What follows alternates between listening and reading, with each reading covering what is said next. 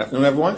Afternoon. This is day 29 of the Trump Republican shutdown, and Republicans have continued to show zero interest in reopening the government, enacting a bipartisan agreement that meets the needs of the American people, and addressing the Republican health care crisis. In just a few days, on November 1st, open enrollment will begin, and tens of millions of Americans are going to more completely understand that their premiums, copays, and deductibles are going to skyrocket by thousands of dollars per year because of Republicans' continued refusal to extend the Affordable Care Act tax credits for working class Americans. At the same period of time, on November 1st, about 42 million Americans who rely on SNAP in order to put food on the table are at risk of losing their benefits because Donald Trump and Republicans want to cruelly rip them away. Let's be clear. The administration has the funding to make sure that not a single American on November 1st or beyond goes hungry. Not a single American. They have the money, but they are choosing to withhold funding for SNAP because they want to punish hungry children, hungry veterans, hungry seniors, hungry women, and hungry families as part of their continued effort to hurt everyday Americans. This is what we've seen from Donald Trump and Republicans from the very beginning of this Congress. The Republican One Big Ugly Bill included the largest cut to Medicaid in American history. It also included the largest cut to nutritional assistance in American history. Republicans cut $186 billion from SNAP in July, which is why we're facing this crisis right now. And they did all of this back in July. Why? So they could provide massive tax breaks to their billionaire donors. That's what Republicans have done during this presidency. And now, because of their continued refusal to even sit down and have a conversation with Democrats, despite us repeatedly making clear that we will sit down with Republicans anytime, any place, anywhere, here at the Capitol or back at the White House to have a serious conversation about reopening the government, supporting our hardworking federal employees, and addressing the health care crisis that Republicans have created, the affordability crisis that Republicans have created, and now the hunger crisis that Republicans are creating by threatening to withhold SNAP benefits, even though the Trump administration has the money to make sure that not a single American goes hungry. Questions? Mr. Leader, good afternoon. As somebody who flies and travels the country often, are you fearful of flying with air traffic control issues and safety issues? I'm very thankful for our hardworking air traffic controllers and our TSA agents and everyone who has been working hard without pay for a month because Donald Trump and Republicans decided to shut the government down. And we need to do everything possible to reopen the government. We can start by Republicans in the House ending their 5-week vacation and getting back to work. Like, it's extraordinary that Republicans have been on vacation for 5 weeks, canceled votes 5 consecutive weeks. They're getting paid to go camping and hiking and travel to Europe. This is what House Republicans are doing, documented over the last 5 weeks. They're getting paid, and yet they're forcing federal employees to be furloughed without pay or to work. And it has to end. Like, Donald Trump needs to get serious, give permission to Mike Johnson and John Thune to sit down and negotiate with Democrats. That's all it takes. The personal concern about your own safety when you travel with somebody who's I on am a very plane confident in the ability of hard-working air traffic controllers, TSA agents, and others who are continuing to do their jobs with the highest degree of professionalism. Thank you. Have there been any early conversations with the White House this week about setting anything up with the president after he gets back from Asia? Something next week with you guys? There haven't been any conversations from the White House. Leader Schumer and I made clear last week we wanted to meet with the president before he jetted off to Asia. And he's found time in Asia to meet with a wide variety of folks pretending to fix problems related to the tariffs that he has created. And he'll be back in the next day or so. He needs to sit down with Democrats. Like for 29 days, understand, Donald Trump has spent more time talking to Hamas and the Chinese Communist Party than he has in talking to Democrats on Capitol Hill to end the Trump shutdown, reopen the government, find a bipartisan path toward a spending agreement that actually meets the needs of the American people, and address the healthcare crisis that Republicans have created.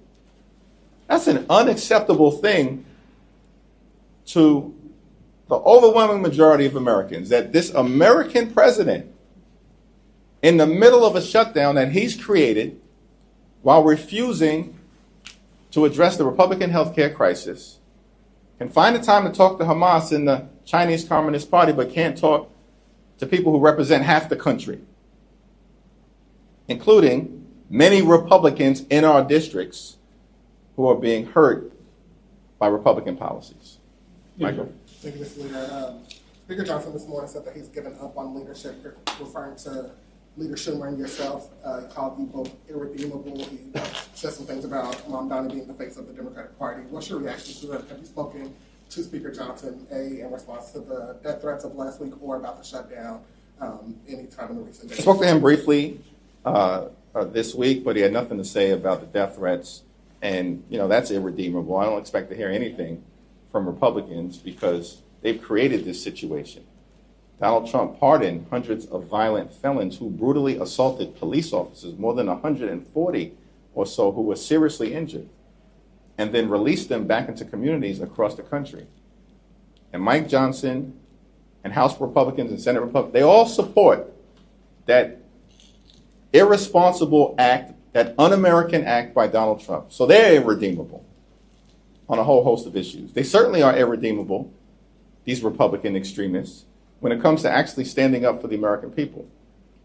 Donald Trump and Republicans promised, their core promise last year was to lower the high cost of living on day one. That's what Republicans said. That's what they communicated to the American people. And we know that Republicans lied, stone cold liars, to the American people when they promised to focus on addressing the high cost of living.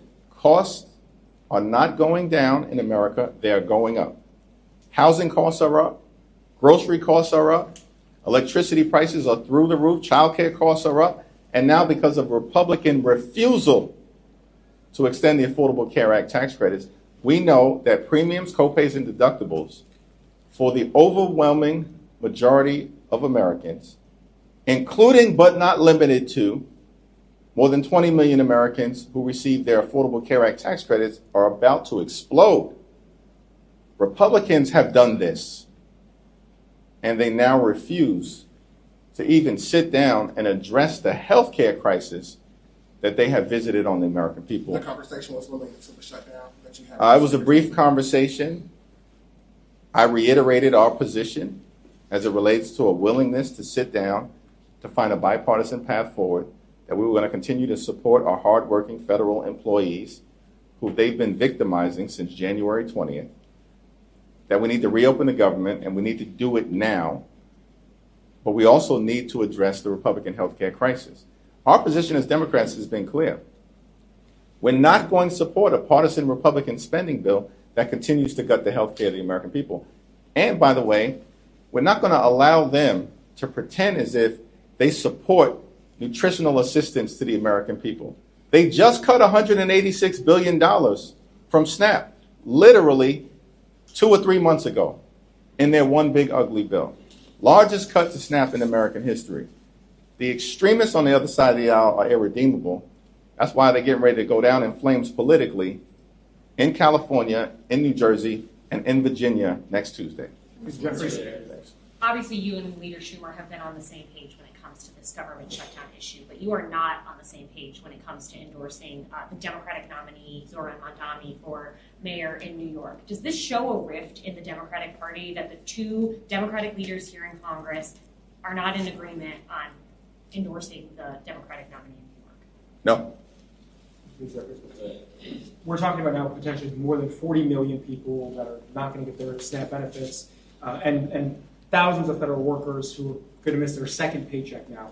At some point, does the pain from the shutdown, at the very least, match pain from people having to pay higher premiums if these subsidies are not there? We want to reopen the government and do it immediately. And Donald Trump needs to instruct his employees here in the Capitol, that would be Mike Johnson and John Thune. They work for Donald Trump. They don't work for the American people.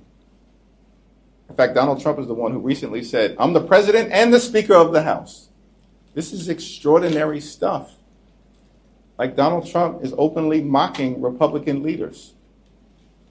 We can find a path forward, but it's not going to come from Republicans in the House and the Senate at the leadership level.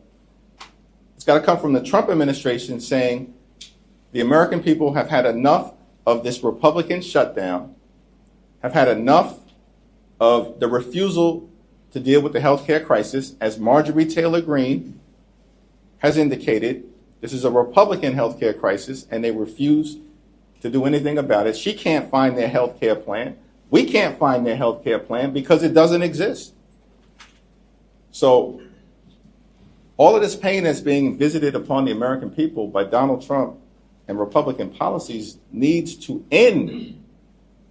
And we're saying we remain ready, willing, and able to find that bipartisan path forward to ending it and addressing the needs of the American people. Very early on, like when we came back to Congress after the August district work period, Democrats in the House and the Senate, we were very clear. We want to enact a spending agreement that's bipartisan, but it has to meet the needs of the American people in terms of their health, public safety, and economic well-being, particularly as it relates to driving down the high cost of living. That shouldn't be too difficult to find common ground on if Republicans were actually serious. But they're not. And that's what we've seen from Republicans over the last 29 days. Thanks. You got it. Thank you, Mr. Leader. Some of your Democratic colleagues have said that they will be deferring their paychecks during the shutdown as federal employees, congressional staff, Capitol Police go without pay. As October comes to a close, what have you decided to do with your paycheck this month? I'll have more to say about that shortly, but this is an issue that I expect we'll discuss at the WIP meeting tomorrow. Thanks. You got it. You had a big setback this morning in Maryland, redistricting. How do you plan to overcome opposition from the state Senate president? So Governor Moore has been very clear that Maryland is prepared to respond, as we've seen in multiple other states across the country in just the last few days, to the Trump Republican effort to rig the midterm elections. And it's my expectation, based on my conversations with Governor Moore, my conversations with leadership in the Maryland General Assembly, and my conversations certainly with the Maryland Congressional delegation, that the state of Maryland knows what the stakes are, understands the assignment, and as we are seeing in multiple other states, beginning with California, will respond aggressively and appropriately in short order. Thank you, Mr. Leader. Senator Fetterman has been critical of Dems' opposition to the CR. We're starting to see some cracks in your conference, too, where Josh Gottheimer has said that he thinks the deal that Leader Thune has put on the table, which is a vote on an extension of the Affordable Care Act tax credits, is a fair deal if you reopen the government. Do you think this shows that there are more cracks on your side than there are on their side? Let me explain something to you. There are zero cracks on the Democratic side. We are now 5 or 6 weeks into this, and we've been very clear from the beginning that we are going to stand up to lower the high cost of living for everyday Americans. That's the right fight. That we're going to stand up for our hard-working civil servants, our men and women in uniform. That's the right fight. And that we're going to decisively address the Republican health care crisis. And everybody on the Democratic side, certainly in the House, and our colleagues in the Senate have been tremendous on this. This is a very real thing, this Republican health care crisis that Republicans have visited on the American people. Largest cut to Medicaid in American history. Almost $1 trillion cut as part of their one big ugly bill. Because of Republican policies, hospitals, nursing homes, and community-based health centers are closing all across the country, including in Louisiana. The country now faces the possibility of a $536 billion cut to Medicare, which would be the largest cut to Medicare in American history if Congress doesn't act by the end of this year because of what Republicans did in their one big ugly bill. And as a result of the Republican refusal to extend the Affordable Care Act tax credits, tens of millions of Americans are about to experience health care premium increases that could equate to $1,000 or $2,000 per month, when more than 90% of the people who receive Affordable Care Act tax credits make around $63,000 per year. This is unsustainable.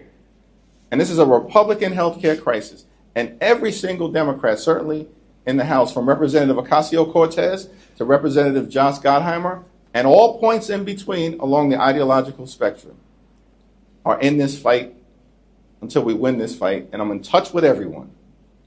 And that's why we're here right now in the Capitol while Republicans remain on their 5-week vacation. When it comes to the healthcare debate, which you all have put center to this shutdown fight, looking a year out, provided, regardless of what the off-ramp is here on the shutdown, if there ever is one, by having healthcare front and center, how are you betting that plays into the midterms?